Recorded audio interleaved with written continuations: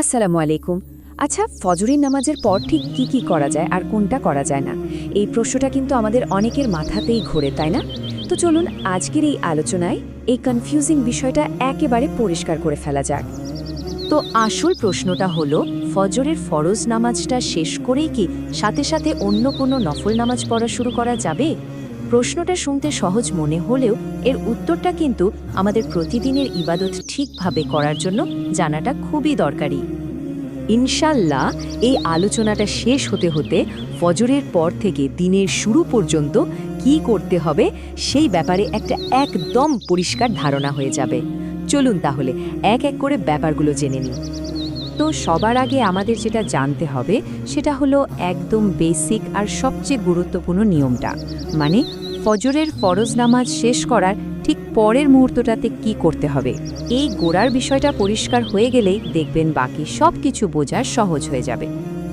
দেখুন, ফজরের ফরজ নামাজ শেষ হওয়ার পর থেকে সূর্য ওঠা পর্যন্ত যে সময়টা, এই সময়টাকে বলা হয় মাকরুহ সময়। সহজ কথায় এই সময়টাতে যে কোনো ধরনের নফল নামাজ পড়াটা অপছন্দনীয় বা ঠিক নয়। আর এই নিয়মটা কিন্তু সরাসরি রাসূল সাল্লাল্লাহু আলাইহি সাল্লামের সুন্নাত থেকে এসেছে। এর একটা কারণ হলো আমাদের ইবাদত যেন একনিষ্ঠভাবে শুধু আল্লাহর জন্যই হয় এবং দেখতে এমন না লাগে যে আমরা উদীয়মান সূর্যের উপাসনা করছি। তাহলে এখন প্রশ্ন আসতে পারে, এই সময়টায় তাহলে কি করব? নামাজ তো পড়া যাচ্ছে না। দেখুন, এই সময়টা কিন্তু একদমই অলসভাবে কাটানোর জন্য নয়, বরং এটা হলো অন্য কিছু গুরুত্বপূর্ণ ইবাদতের জন্য একটা, যাকে বলে গোল্ডেন অপরচুনিটি। এই সময়ে আল্লাহর জিকির করা, মন থেকে দোয়া করা আর কুরআন তেলাওয়াত করার কিন্তু অসাধারণ ফজিলত আছে। তো চলুন এবার আমরা একটু বিস্তারিতভাবে জেনে নিই এই ফজিলতপূর্ণ অপেক্ষার সময়টাতে ঠিক কি বিশেষ আমল করা যায় যেগুলো আমাদের জন্য বয়ে আনতে পারে বিশাল সব পুরস্কার।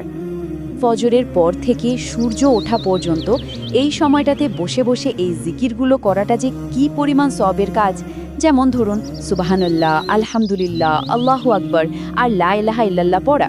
শুধু তাই না, এর সাথে সাথে যদি আমাদের প্রিয় নবী সাল্লাল্লাহু আলাইহি সাল্লামের উপর বেশি বেশি দুরূদ শরীফ পাঠ করা যায় তাহলে তো সোনায় সোহাগা। এর ফজিলত কিন্তু অপরিসীম।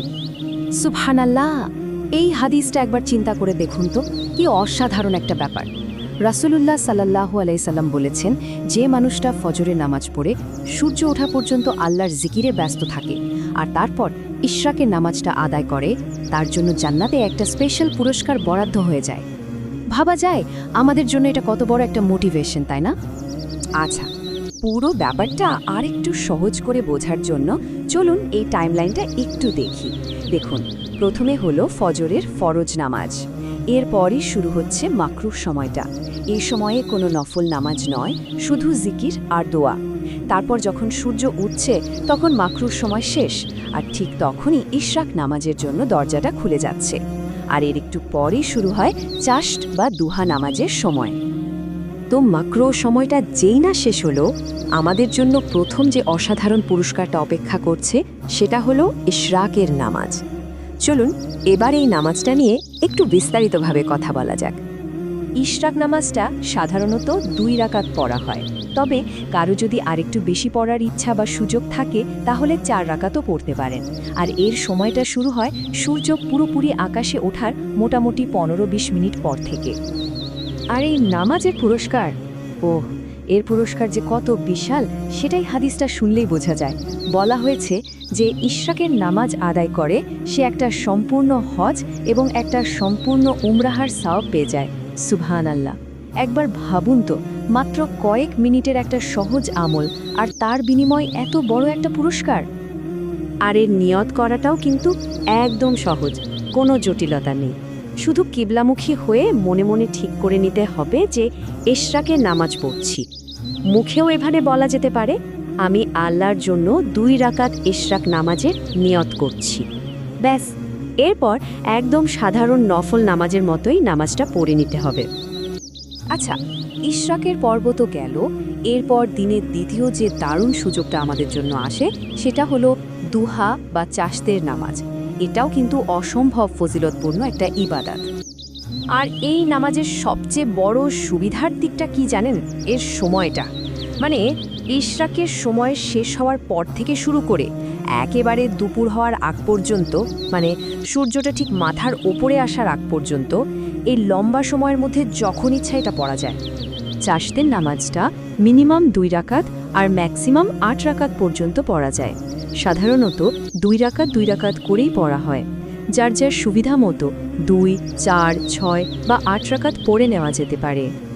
হাদিসে এই নামাজের 3টা অসাধারণ ফায়দার কথা বলা হয়েছে। 1, এর মাধ্যমে রিজিকে বরকত আসে। 2, প্রতিদিনের কাজকর্মে আল্লাহ সহজতা এনে দেন। আর 3, ছোট ছোট গুনাহগুলো মাফ হয়ে যায়। মানে দুনিয়া আর আখিরাত 2 জায়গাতেই ফায়দা আর ফায়দা। তো এতক্ষণ আমরা যা যা জানলাম, চলুন তো সবটা মিলে একবারে ছোট্ট করে একটা রিক্যাপ করে ফেলি, তাহলে পুরো ব্যাপারটা মনে রাখতেও সুবিধা হবে। এই যে টেবিলটা, এটা দেখলেই কিন্তু 2টা নামাজের পার্থক্যটা একদম পরিষ্কার হয়ে যায়। দেখুন, ইশরাক হলো সূর্য ওঠার ঠিক পরে 2 বা 4 রাকাত, আর এর মেইন রিওয়ার্ড হলো হজ ও ওমরার সোয়াব। অন্যদিকে দুহা বা চাশত হলো এর পর থেকে দুপুর পর্যন্ত 2 থেকে 8 রাকাত পর্যন্ত পড়া যায়, আর এটার মূল ফায়দা হলো রিজিকে বরকত আসা। একবার ভেবে দেখুন, দিনের শুরুতে মাত্র কয়েকটা মিনিটের এই সহজ আমলগুলো আমাদের পুরো দিনটাকে আল্লাহর রহমত আর বরকত দিয়ে ভরিয়ে দিতে পারে। এখন প্রশ্ন একটাই, এত বিশাল সব পুরস্কার পাওয়ার জন্য আমরা কি এই সামান্য সময়টুকু বের করতে রাজি আছি?